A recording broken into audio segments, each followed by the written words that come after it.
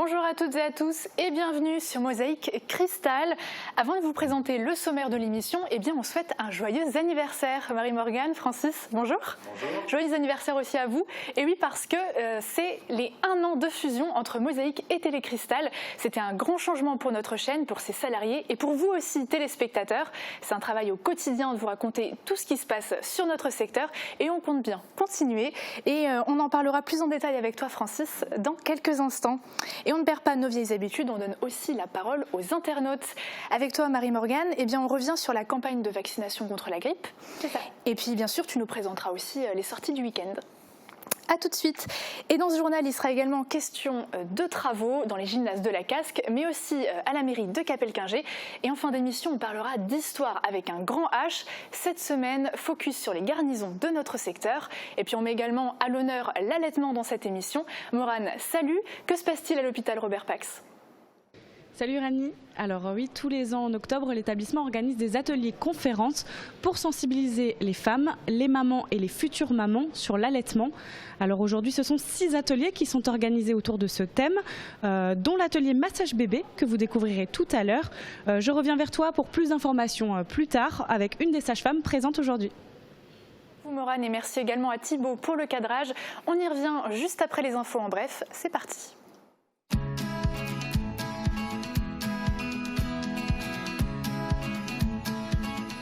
Des activités pour tous les goûts, c'est à Airtrix, chez Best. Les gymnases communautaires sont en bon état, c'est le constat fait par la Casque. Cette année, 2 équipements sportifs ont été rénovés, le Himmelsberg et le Henri Nominé. Coup de peinture, changement des gradins, mise en conformité, ces travaux étaient nécessaires. 5 gymnases sont pris en charge par la Casque et bientôt un 6e avec la construction d'un complexe sportif dans l'ancien quartier Gentil. Le maire de Bitche, Gérard Imbert, ne se présentera pas aux élections municipales. Il avait fait cette promesse en 2008. Lors de ses 2 mandats, plusieurs projets ont abouti. L'installation des locaux techniques, le marché couvert ou encore la maison de l'enfant. Même s'il laisse sa place, il continuera à s'investir et à s'intéresser à la vie de la commune. Net ralentissement du chômage au second semestre en Moselle-Est. La Moselle affiche un taux de 8,1%.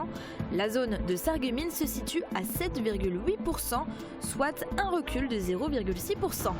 Cette baisse semble être liée à l'augmentation des offres d'emploi, à la reprise de l'activité économique dans l'industrie, le BTP, mais aussi grâce aux formations proposées par les agences Pôle emploi.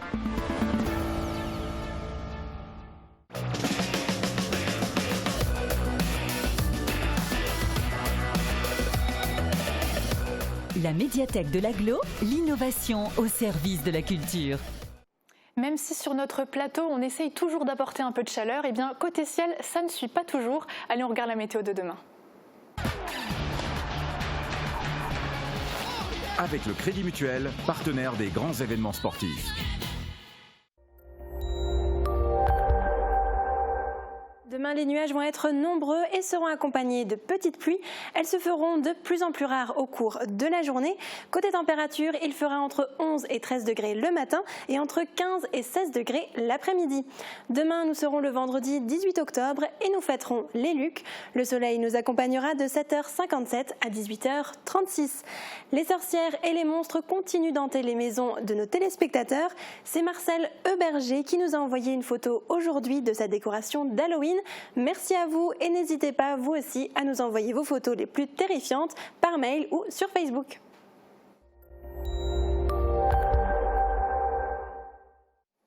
Pour la semaine mondiale de l'allaitement, des ateliers sont donc proposés aux futurs et jeunes parents, comme l'atelier massage. Dans notre culture, c'est encore trop peu pratiqué et pourtant, de nombreux bienfaits existent pour les nouveau-nés. Regardez.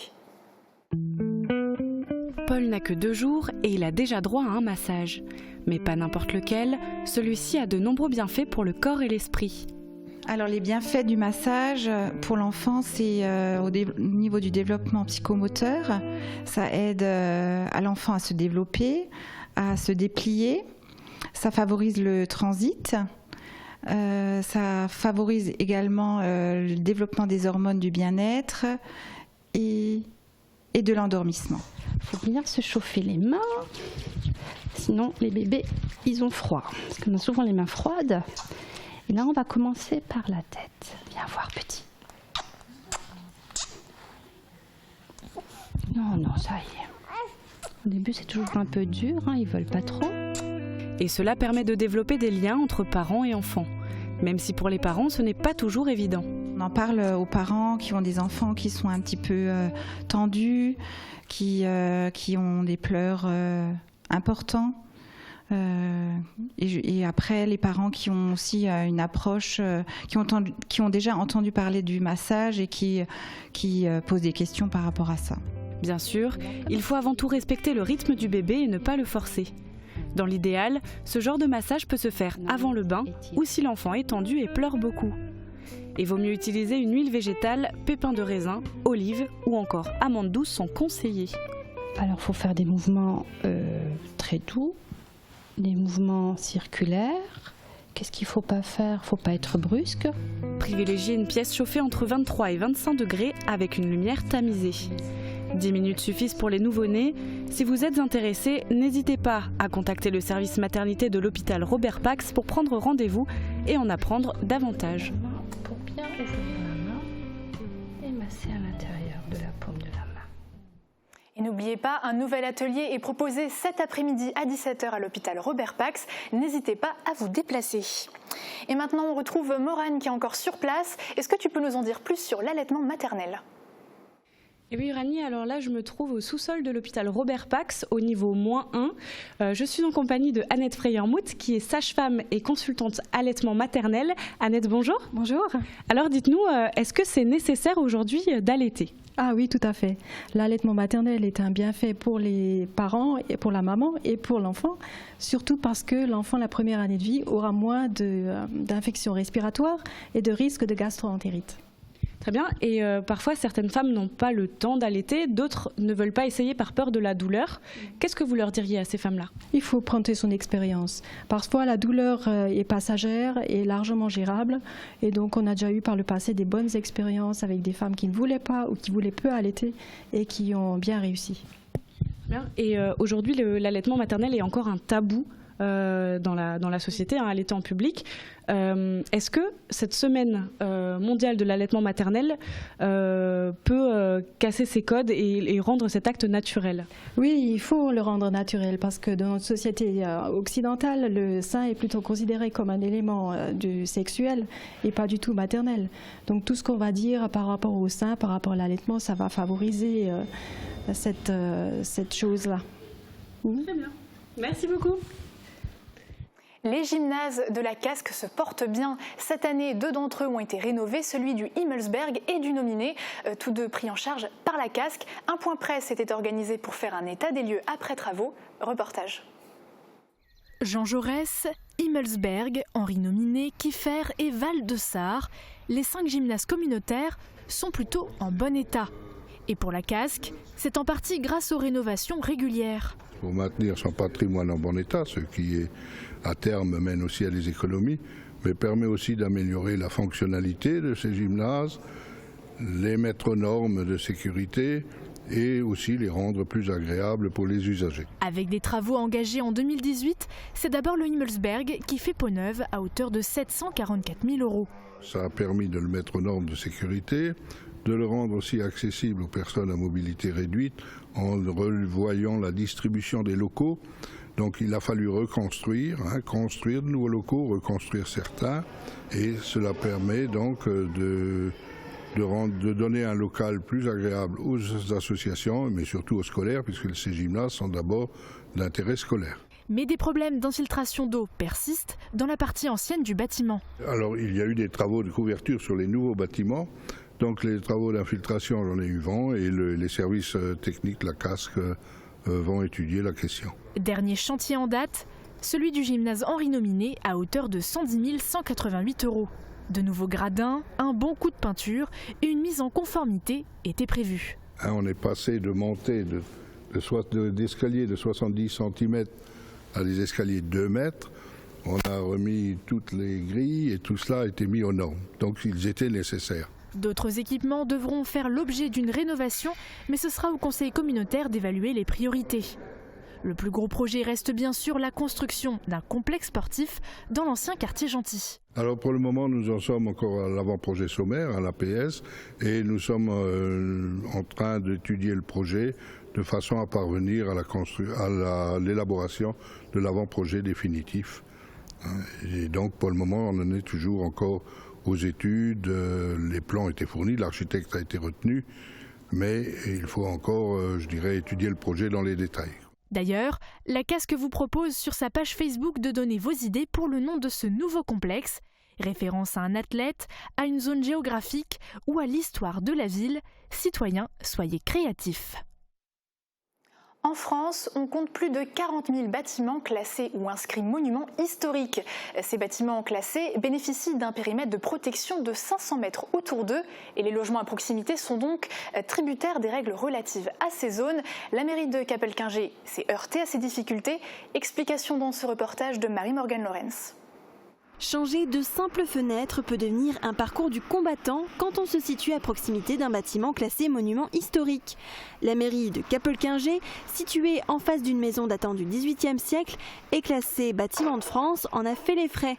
Elle souhaitait changer ses portes, fenêtres et ses volets avec de l'alu et du PVC pour améliorer l'isolation thermique et acoustique de la mairie et des 5 logements qu'elle abrite. Mais la municipalité s'est vue refuser sa demande. Bâtiment de France a imposé des matériaux en bois qui demanderont plus d'entretien selon le maire. Les travaux d'un montant de 57 913 € ont finalement été entrepris par DSD de Sarralbe et se sont achevés cette semaine. Et la mairie a bénéficié d'une subvention DETR à hauteur de 17 373 € et du fonds de concours de la Casque à hauteur de 20 000 €. Ils ont eu le droit à une cérémonie en grande pompe pour leur premier diplôme. Ces anciens élèves du collège Jean Jaurès de Sarreguemines ont reçu officiellement le diplôme national du brevet. Dans cet établissement classé ZEP, zone d'éducation prioritaire, 82% des candidats ont réussi cet examen, une proportion supérieure à l'an passé.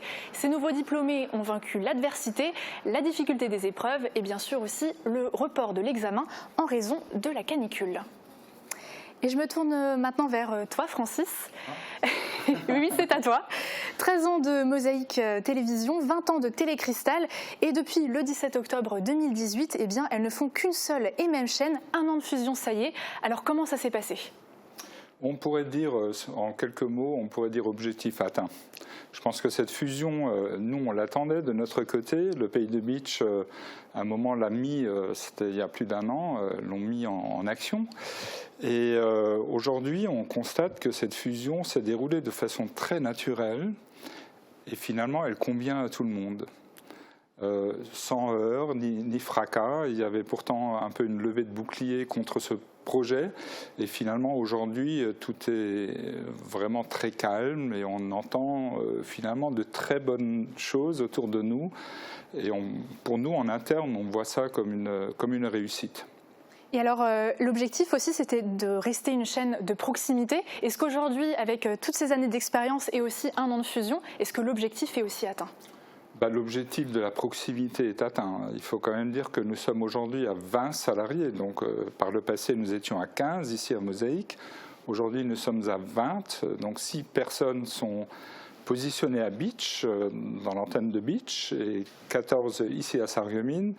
Ça montre bien notre volonté de rester très près des territoires. Et donc, et tous les jours, on sillonne ce territoire et on démontre que vraiment... nous, c'est la force du local. C'est ce qui nous identifie, ce qui est plutôt assez particulier à notre chaîne. On ne cherche pas à couvrir l'événement de manière beaucoup plus large que notre territoire. On est sur un territoire de 103 000 habitants et on reste majoritairement à couvrir ce territoire. Très bien. Et alors, il y a d'autres ambitions pour les prochaines années. Ça va être quoi les objectifs maintenant ? Déjà, il faut savoir qu'avec cette fusion, on est quand même passé d'un programme de 30 minutes à un programme de 45 minutes. Donc on va dire que cette fusion nous a vraiment rendu beaucoup plus forts. Alors au quotidien, on a nous on a appelé le supplément, c'est ce que les gens voient aujourd'hui de façon quotidienne. Un lundi, par exemple, on va trouver notre émission Plus de sport, on va avoir la cuisine derrière, on va avoir On Tour en plus, on a les magazines transfrontaliers, on a toutes sortes de magazines qui ont pu être développés grâce à cette fusion, parce que nous avons aujourd'hui les moyens humain de réaliser toutes ces émissions. Hier soir, par exemple, je me suis mis devant Mosaïque Cristal, j'en ai eu pour 1 heure.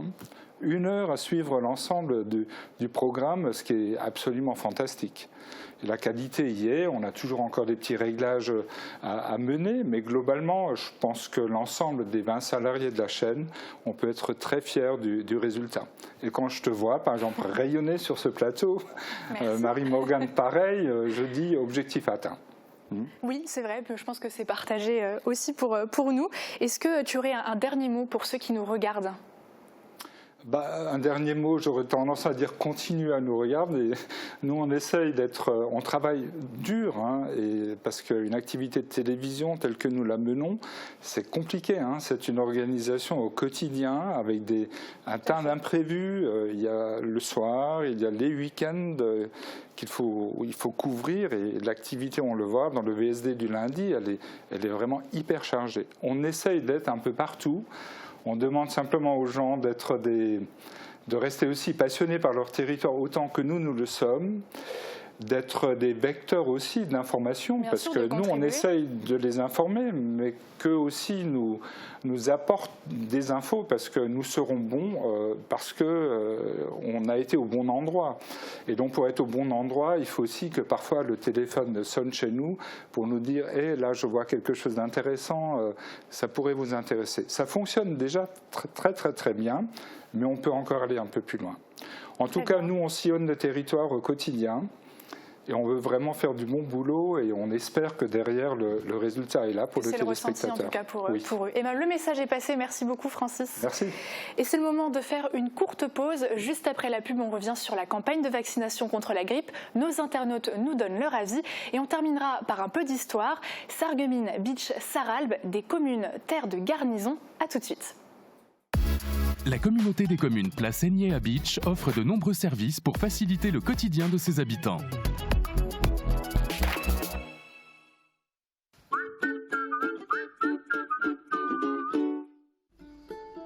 En octobre, AVS Santé se met au rose. Toute l'équipe participe à l'opération Octobre Rose, en soutien à toutes les femmes qui luttent contre un cancer du sein. Tout le mois, une réduction de 20% sera appliquée sur notre gamme de lingerie adaptée. Nous proposons aussi des prothèses mammaires ainsi que des soins pour la chimiothérapie. AVS Santé, notre métier, vous accompagner.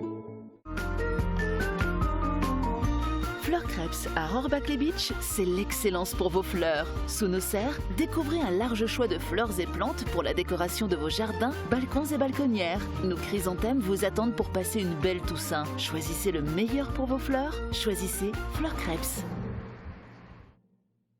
À l'Intermarché des faïenceries, c'est la passion du frais qui prime. Votre magasin défend l'art du fait maison et met l'accent sur une production française et même locale. Avec ses arrivages quotidiens, le poissonnier guidera vos choix culinaires. Les amoureux du terroir goûteront nos fromages AOP, sans parler de la sélection de notre équipe boucherie, le bœuf AOP charolais ou le porc Label Rouge, le tout travaillé de façon artisanale. Intermarché des faïenceries, la passion du frais.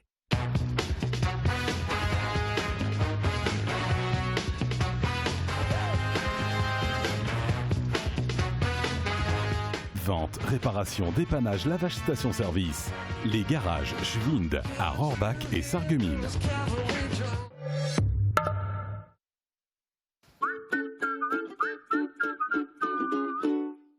On en a déjà parlé cette semaine, la campagne de vaccination contre la grippe a démarré le 15 octobre et avec elle, il y a une nouveauté. Il est désormais possible de se faire vacciner dans les pharmacies. Marie-Morgane, qu'en pensent nos internautes? Alors, dans notre sondage, ils sont 69% à dire que c'est une mauvaise idée. Alors, pourquoi? Eh bien, ils pensent dans un premier temps aux médecins et aux infirmiers et infirmières. Alexandre a commenté, c'est leur métier, pas aux pharmaciens. En plus, elles viennent à domicile. Alors, par contre, Sandrine, elle, est pour. Elle est même allée se faire vacciner vaccinés en pharmacie cette semaine. On a aussi voulu savoir s'ils étaient pour ou contre la vaccination. Et là encore, les avis sont partagés. Gilles, Frédéric et Jean-Claude se font vacciner, alors que pour René, Valentin et Marie-Christine, c'est un non catégorique. Et Raymond, lui, utilise un vaccin homéopathique depuis 15 ans. Et Elia, elle, utilise des huiles essentielles contre la grippe. Merci beaucoup. On voit que chacun voit midi à sa porte finalement. Merci Marie-Morgane. Et on continue dans le domaine de la santé et on parle notamment de la maladie d'Alzheimer. On évoque encore trop peu les aidants qui doivent s'occuper bien sûr de la personne malade et aussi faire face à l'annonce du diagnostic, d'où l'importance des formations et groupes de parole. Regardez.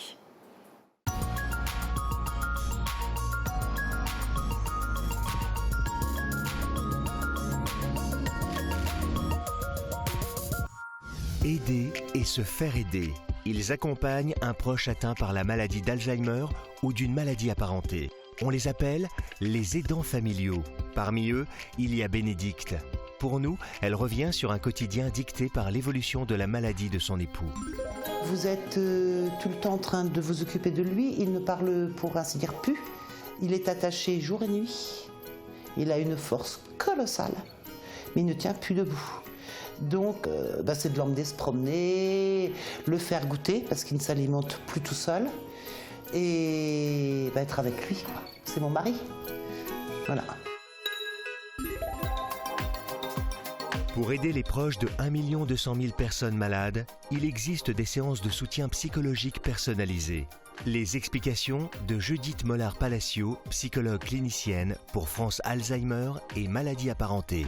Donc cet entretien individuel se déroule en face à face avec un psychologue et l'objectif principal, c'est d'offrir un espace d'expression à l'aidant familial, qu'il puisse déposer ses émotions et qu'il puisse aborder les difficultés, les préoccupations qui sont les siennes. Donc ces entretiens psychologiques individuels vont permettre aux proches aidants de déposer souvent un trop-plein émotionnel, d'exprimer des sentiments parfois contradictoires, d'ambivalence vis-à-vis du proche malade, sans jugement, en toute liberté, lui permettent également d'avancer dans sa réflexion et dans les décisions qu'il lui est nécessaire de prendre pour l'accompagnement de son parent malade. Nous retrouvons Bénédicte qui participe à un groupe de parole pour les aidants familiaux. Mais qu'est-ce que ce dispositif mis en place par France Alzheimer et qu'apporte-t-il aux participants ? Suzanne Horn, psychologue clinicienne, France Alzheimer et maladies apparentées. Je pense que ça apporte déjà de travailler le traumatisme qui est la maladie. C'est-à-dire que cette maladie, elle arrive comme un choc. Personne n'y est préparé.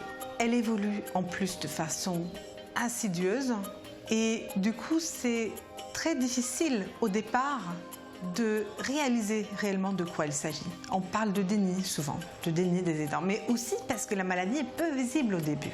Moi je compare ça à un psychotraumatisme à petits pas et qui finit par parfois sidérer non seulement les malades mais aussi les aidants. Et le fait de nommer ce qui est en train de se passer, ça permet de créer du lien.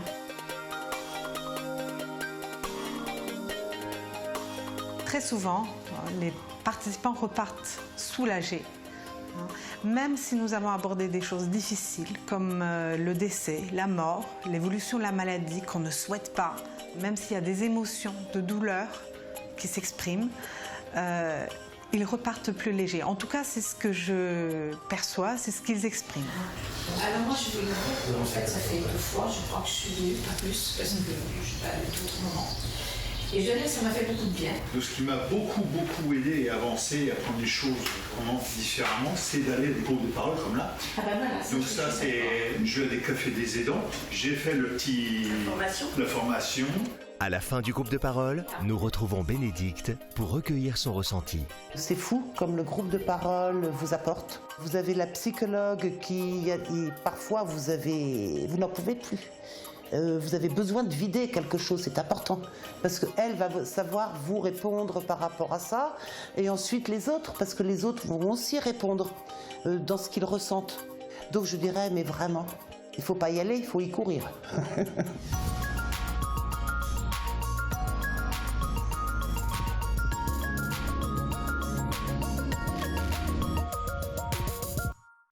Avec ce temps, on n'a pas trop envie de sortir, mais c'est sans compter le joli programme que tu nous as concocté, Marie-Morgane. C'est ça, et on va commencer par courir. Les 10 km de Sarreguemines sont de retour dimanche matin.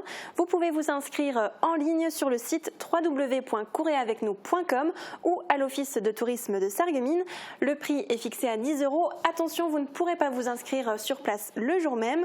Le rendez-vous sera donné à partir de 8 h pour l'accueil et le retrait des dossards au gymnase rue Roski. Et le top départ de la course sera donné à 10 h à l'avenue de la Blise. Et tu connais cet adage, après l'effort, le réconfort. C'est ça, et après la course, pourquoi ne pas profiter d'un bon repas au marché paysan proposé par la MEM et le SMAS. Les producteurs locaux vous attendront dimanche de 10 h à 18 h à l'esplanade du casino de Sarreguemines. Il y aura de la restauration et des animations toute la journée et vous pourrez même faire une balade en bateau. Et ce week-end, il y a aussi des spectacles. C'est ça, à commencer par Patrick Sébastien qui va se confier en toute intimité au W à Woustviller. Il présentera son spectacle intitulé Avant que j'oublie, samedi soir à 20 h 30. Des sketchs, des images rares, des chansons à texte, des imitations et même des secrets jamais dévoilés.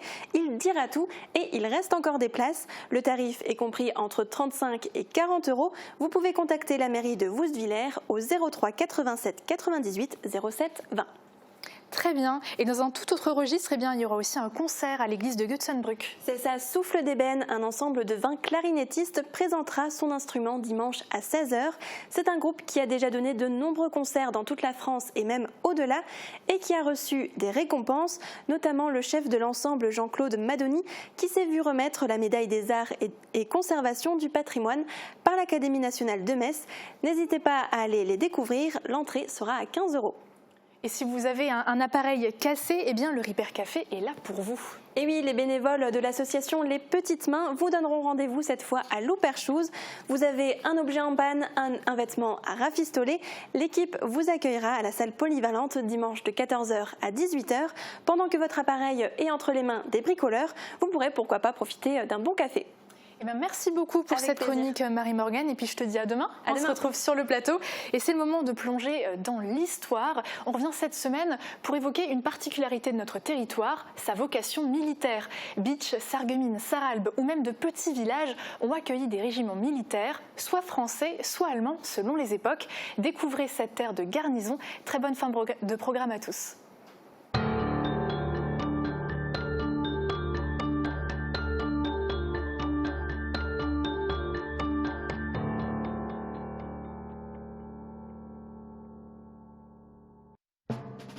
Territoire frontalier pour la France et position stratégique pour les Allemands, notre arrondissement est de tradition une terre de garnison. On le sait pour Bitche, qui depuis la construction de la citadelle est une ville marquée par la présence militaire. On le sait moins pour Sarreguemines, dont l'urbanisation s'est faite en fonction de l'implantation de ses casernes. Et puis, le long de la ligne Maginot aussi, on a vu s'ériger des casernes jusqu'au cœur des villages.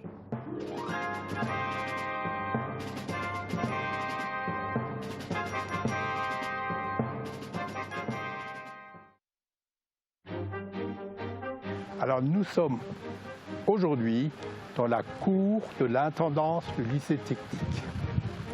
Et cette cour a toute une histoire.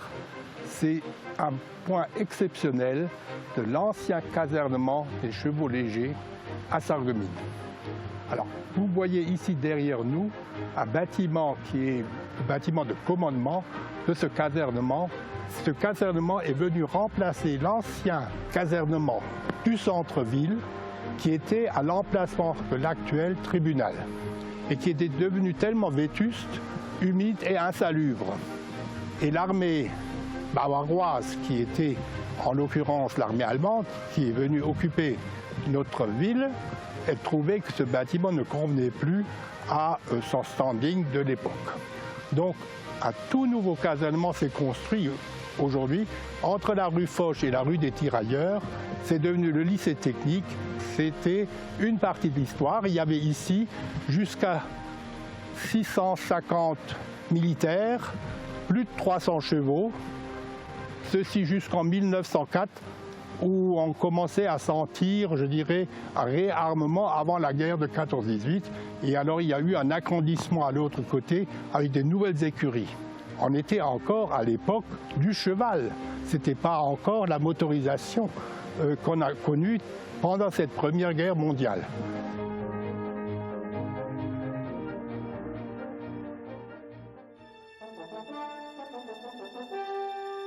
Les autorités allemandes, après la guerre de 70, ont ressenti le besoin de renforcer la défense militaire de l'ouest du Reich.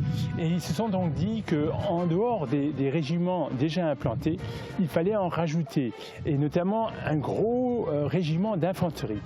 3 villes étaient en concurrence pour accueillir cette caserne. Il y avait Metz, Sarrebourg et Sarreguemines. La ville qui a remporté la mise, c'est Sarreguemines, parce qu'ils ont proposé des conditions financières intéressantes aux autorités allemandes. Ils leur ont proposé de construire le bâtiment, d'imputer au Reich un loyer qui permettrait juste de rembourser l'amortissement du prêt. C'est-à-dire que la ville de Sarreguemines a fait la trésorerie de l'État.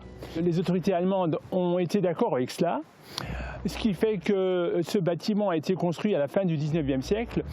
Dès 1897, 2 bataillons d'infanterie sont arrivés à Sarreguemines, qui serait le noyau de ce futur régiment. Et dans le même temps, donc, M. Göring, qui était architecte dans les choses militaires pour le Reich allemand, a supervisé la construction de ces bâtiments dans un très beau style que l'on rencontre également à Karlsruhe. Et c'est en 1899 que le bâtiment est achevé et que les soldats peuvent y être accueillis.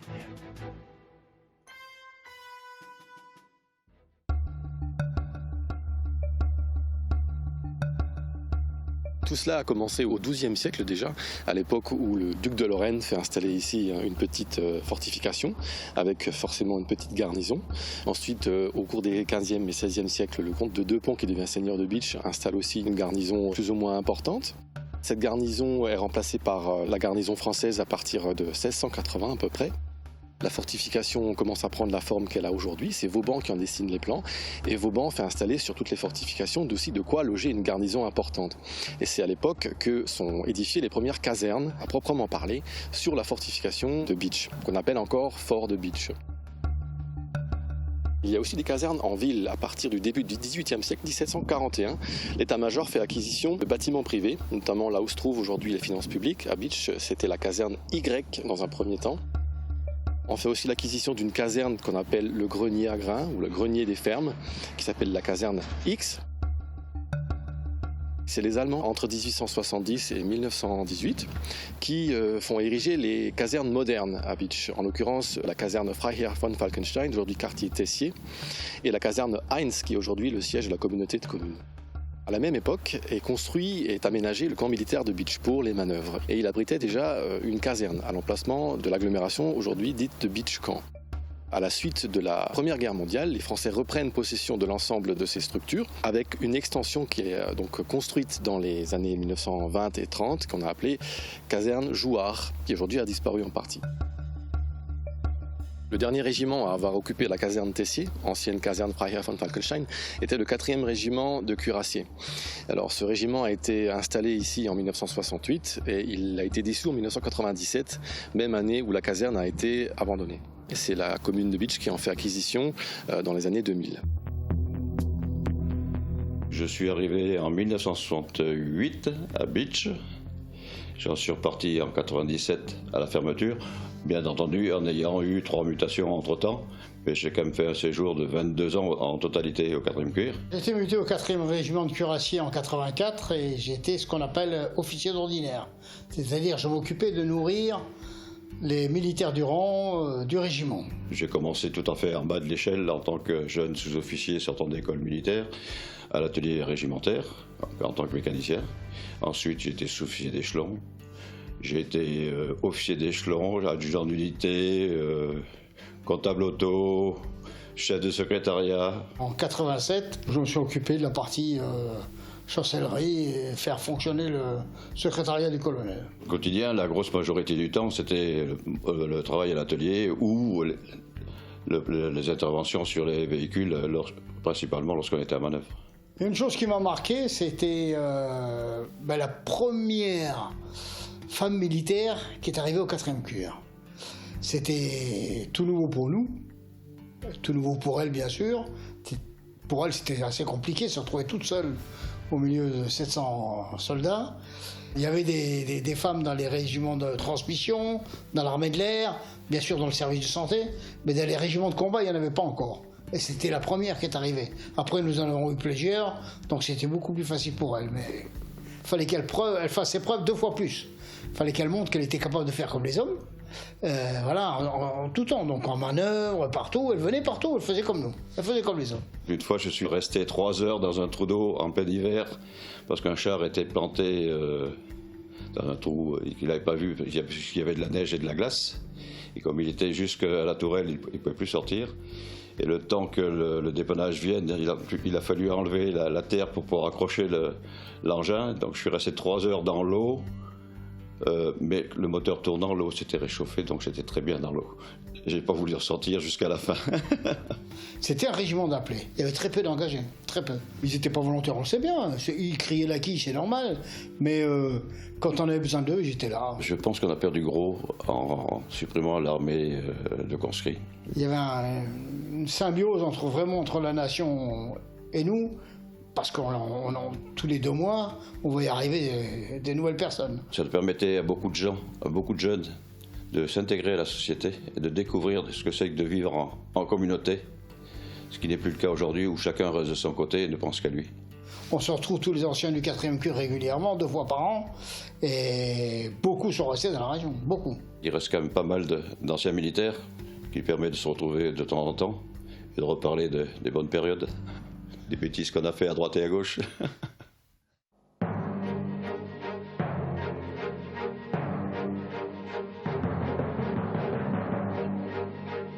Les troupes de forteresse, ce sont des troupes qui ont été créées spécialement pour défendre la ligne Maginot.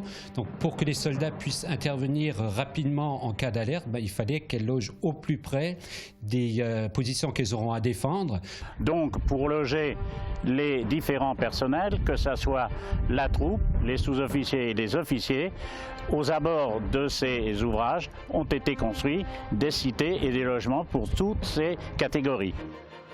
Donc dans la région, on avait bien des casernes qui existaient à Saint-Avold, Forbach et Sarreguemines, mais ces casernes sont situées en avant de la ligne Maginot, donc ne seront pas utilisables pour loger les soldats des troupes de forteresse. C'est pour ça que dans notre région, on va construire des casernements à partir de 1935 à Sarralbe, Saint-Jean-Rohrbach et à Puttelange-les-Farchulaires également. Donc pour les soldats, il y avait ici à Rohrbach, sur la route de Binat, à Binat en rentrant à gauche, vous avez les casernements de sécurité qui abritaient donc la troupe. Il y avait une cité que vous voyez derrière moi, qui était la cité dans laquelle étaient logés les sous-officiers. Et dans le village de Rohrbach, il y a une cité pour loger les officiers. Donc à Rennes, on a au Val d'Arène le même contexte, des cités officiers, cités sous-officiers et les casernements qui sont maintenant complètement disparus. Le Légeret pour le Cimserov. Dans Bitche, vous avez le camp de Bitche et les cités Jouarre et Tessier. Et ce scénario se répète dans tous les lieux où il y a besoin d'hommes pour alimenter les ouvrages.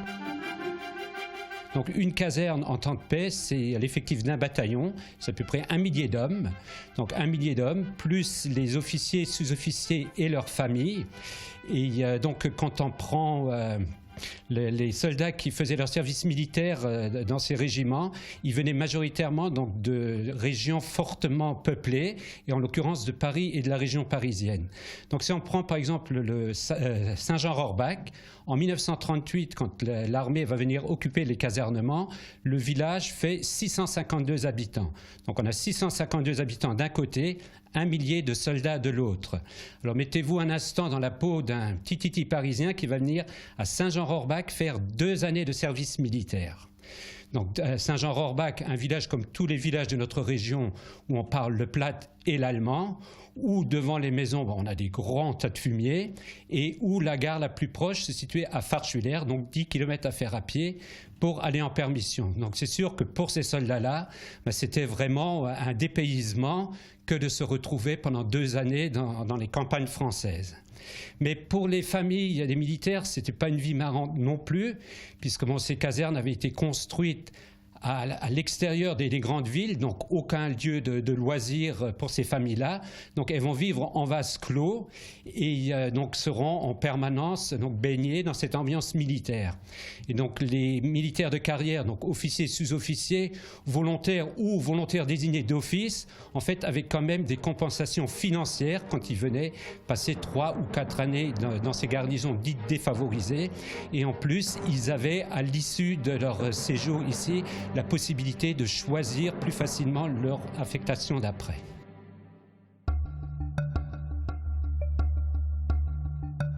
Dans les années 70, a été créé un nouveau quartier militaire, la caserne qu'on appelait quartier Pagésie. Il a été créé pour abriter le 57e régiment d'artillerie, arrivé à Bitche en 1976-1977.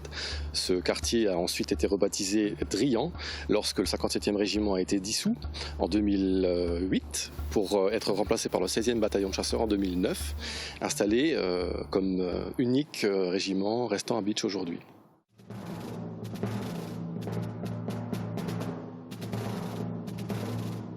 Le quartier Pagésie a été ouvert en 1976 au 57e régiment d'artillerie. C'est à ce moment qu'il a pris le nom de quartier Pagésie, du nom du colonel Pagésie, père de l'artillerie antiaérienne à l'issue de la guerre 14-18. Le 57e ERA, au départ, était le 57e régiment d'artillerie de campagne. Il était créé en 1911 à Toulouse. Il s'est illustré à Vitry en 1914, en 1917 les Monts et en 1918 l'Ailette. Ça, il a reçu la fourragère verte et rouge de l'armée. Ce régiment donc a été recréé en 1970 à Colmar jusqu'en 1976, arrivé à Bitche en 1976 pour montrer aux citoyens de la ville de Bitche qu'un régiment existait et qu'il était en parfaite osmose avec la ville. La citadelle de Bitche était envahie par des arbres et des buissons. Les artilleurs ont nettoyé la citadelle. Donc le régiment était stationné à Bitche de 1976 à 1979. Et là, il avait comme matériel le canon de 40 et le bitube de 30, qui ont été remplacés par le Roland. Et le Roland était chargé de la mission antiaérienne. Je suis le président de l'amicale des anciens du 57, qui a été créé au 57e ERA 1988 par le colonel Corberan. L'amicale du 57e ERA a été créée pour perpétuer la mémoire du régiment. Elle compte à ce jour 101 amicalistes. On rappelle notre devise, touche-y si tu l'oses. Et la compagnie Polmar a osé pour l'ensemble. Togo Sissé à disposition des chefs de section. À l'initiative de l'administration militaire allemande, dans une zone très boisée, très dépeuplée, donc sur des terrains privés, notamment de l'Office aussi des forêts. Ce camp a été créé pour l'entraînement des régiments installés à Bitche, mais aussi d'autres régiments qui pouvaient venir s'y entraîner. Il fait 35 km² à peu près. Il avait été étendu durant la Seconde Guerre mondiale, mais revenu à ses dimensions d'origine juste après. Il a aussi été inauguré donc, le 14 mai 1903 par l'empereur Guillaume II lui-même, qui est venu aussi à l'occasion planter le fameux tilleul de l'empereur. Le Kaiser, lorsqu'il se déplaçait, il faisait planter, de façon symbolique, un tilleul pour marquer son passage. Et évidemment, le tilleul de l'empereur, la Kaiserlinde de Bitche, a été décapité en 1918. Aujourd'hui, ce qu'il reste des casernes inoccupées a été transformé. À Sarreguemines, ce sont les écoles qui ont pris le relais. Ailleurs, les bâtiments ont été transformés en habitations. À Hörmingen, c'est la prison qui y a pris ses quartiers. Bitche reste le dernier bastion militaire du secteur, après avoir beaucoup bataillé pour garder son statut de ville de garnison. Et tous ceux qui ont fait leur service militaire connaissent Bitche et son camp où ils sont passés quelques jours ou plusieurs semaines en manœuvre, comme un certain Johnny Hallyday qui y a reçu ses galons de caporal en 1964.